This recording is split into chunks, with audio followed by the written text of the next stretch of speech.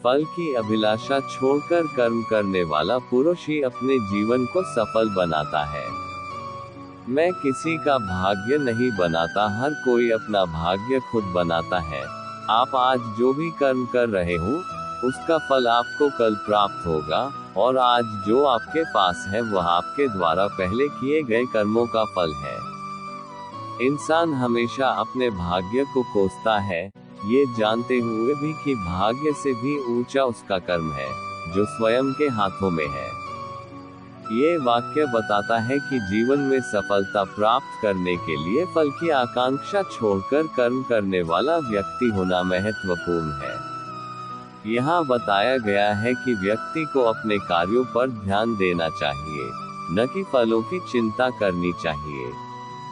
उदाहरण, एक व्यक्ति जो अपने पढ़ाई में अच्छे नंबर प्राप्त करना चाहता है, वह नियमित रूप से पढ़ाई करता है और परीक्षा में अच्छा प्रदर्शन करने के लिए मेहनत करता है। उसका ध्यान प्राथमिकता से कार्यों पर होता है, न कि फलों पर।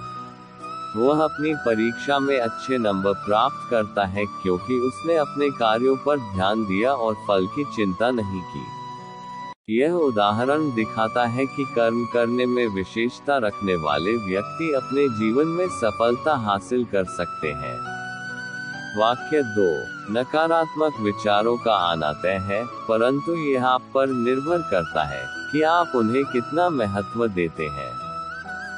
जो अच्छा लगे उसे ग्रहण करो और जो बुरा लगे उसका त्याग, फिर चाहे वह विचार हो, कर्म हो या मनुष्य। मैं भूत, वर्तमान और भविष्य के सभी प्राणियों को जानता हूँ, किंतु वास्तविकता में मुझे कोई नहीं जानता। ये वाक्य बताता है कि नकारात्मक विचार आने का आना स्वाभाविक है, लेकिन यह आपकी विचारशीलता पर निर्भर करता है कि आप उन्हें कितना महत्व देते हैं। यह विचार दर्शाता है कि आपका मानसिक स्थिति और उसे विस्तार देने की क्षमता आपके अपने नियंत्रण में है। उदाहरण, एक व्यक्ति जो एक नई कार्यालय में काम करता है, वह पहले ही दिन से अपने मन में नकारात्मक विचार आने का आदान प्रदान नोट करता है। उन्हें लगता है कि उन्हें नए काम में सफलता हासिल नहीं होगी और वे नाकामियों का सामना करेंगे। लेकिन उनके बाद के कामों और सकारात्मक विचारों के संबंध में भी सोचने के बाद, वह ने नकारात्मक विचारों को अपने मन से निकाला और सकारात्मक दृष्टिकोण अपनाया। इसके परिणामस्वरूप उन्हें उनकी कार्य में सफलता मिली और वह अपने नकारात्मक विचारों का महत्व नहीं देने का आदान प्रदान समझते हैं।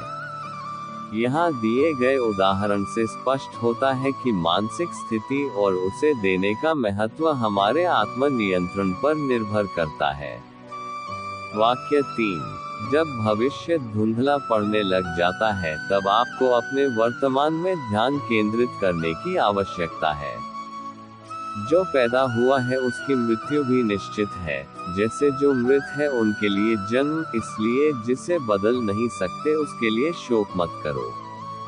ये वाक्य बताता है कि जब हम भविष्य में अनिश्चितता महसूस करने लगते हैं, तो इस समय हमें अपने वर्तमान में ध्यान देने की आवश्यकता है।